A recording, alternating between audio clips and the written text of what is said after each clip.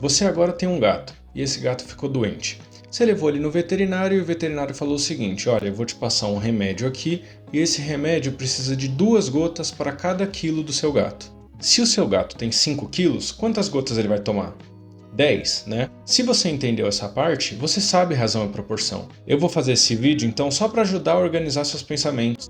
Vem comigo e fundamente-se. A proporção é só um tipo de relação entre 2 ou mais variáveis. No exemplo do gato, ele toma 2 gotas a cada quilo. Ou seja, se ele tiver 5 quilos, ele vai tomar 10 gotas. Se ele tiver 6 quilos, como a gente adiciona 2 gotas a cada quilo, 12 gotas. Se ele tiver 7 quilos, ele vai tomar 14 gotas. E assim sucessivamente.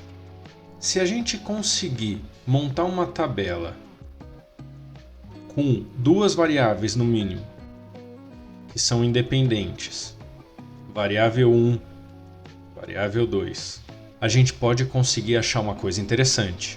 Toda vez que a gente divide o número de gotas do remédio pela massa do gato, o resultado é o mesmo. Olha só, 10 dividido por 5 é 2.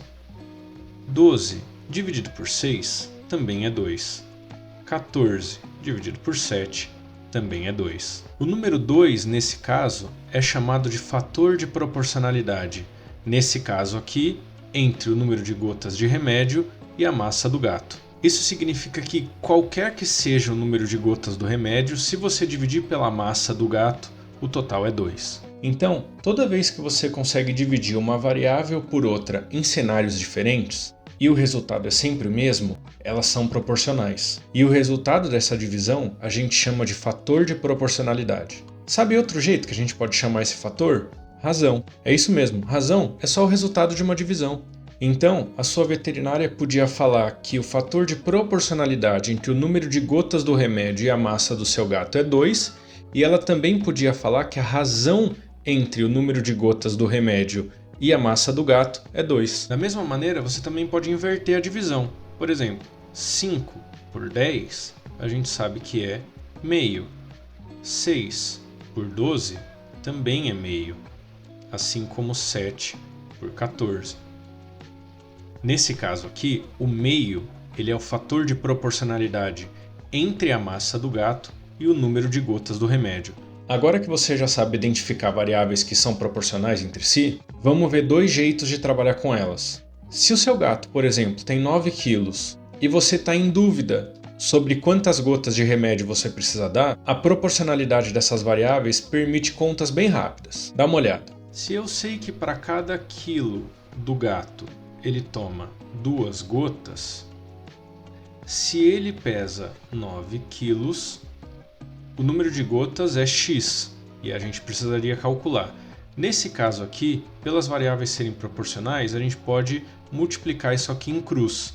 1 vezes x dá x e do outro lado 9 vezes 2, 18 gotas. Então você teria que dar 18 gotas. Mas você pode calcular também pelo fator de proporcionalidade. 2 gotas para cada quilo do gato, você já viu que essa divisão aqui de gotas por quilo sempre dá 2. Então você pode escrever G para o número de gotas, M para a massa do gato. E você sabe que essa divisão sempre dá 2. Se você tem um gato com 9 quilos, basta trocar M por 9 quilos. Passando o M multiplicando para o outro lado, você vai ter que G é 18 gotas.